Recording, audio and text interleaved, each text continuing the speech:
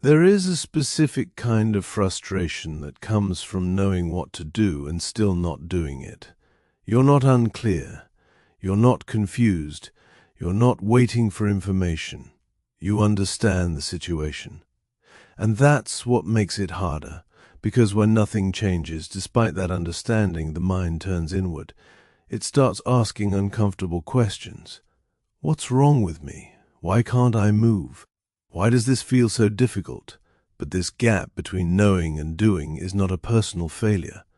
It's a psychological response. We often assume that clarity should naturally lead to movement, that once something makes sense, action should follow. But action doesn't begin in the mind. It begins in the nervous system. The nervous system isn't concerned with logic or reasoning, it's concerned with safety.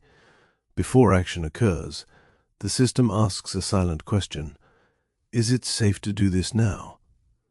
If the answer is uncertain, movement slows, even when understanding is complete.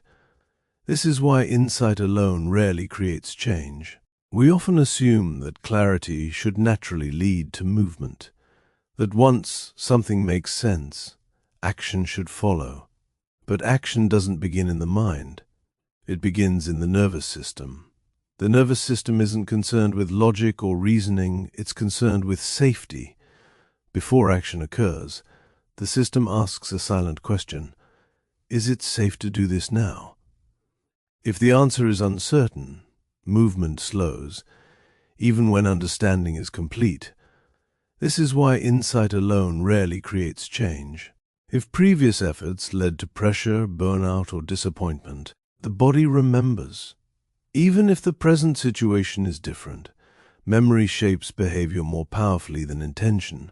So when you approach action again, your system reacts first. Tension appears. Energy drops.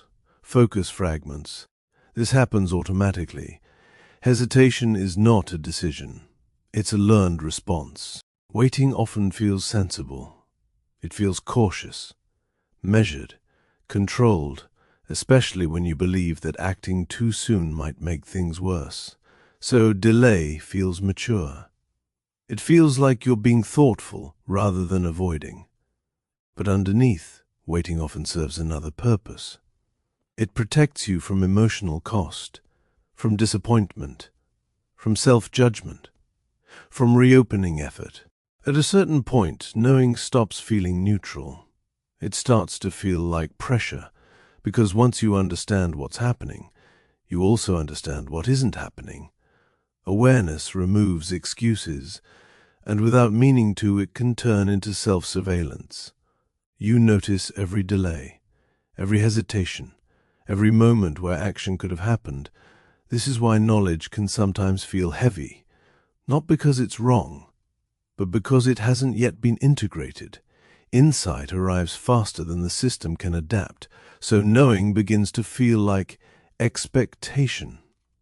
And expectation without safety creates tension. The longer waiting continues, the heavier action begins to feel, not because the task changes, but because anticipation grows. Action becomes symbolic. It stops being doing a thing and starts being proving something. About competence, about worth, about capability. This is when knowing becomes painful, because understanding no longer feels empowering. It feels accusatory. Knowing what to do is not the same as being ready to do it. Readiness isn't motivation. It isn't confidence. It's safety. Action begins when the emotional threat attached to effort is reduced. When trying doesn't feel like a test, you don't need more insight. You need a smaller, safer entry point into action. When safety increases, movement returns naturally, not because you pushed, but because resistance no longer had a reason to stay.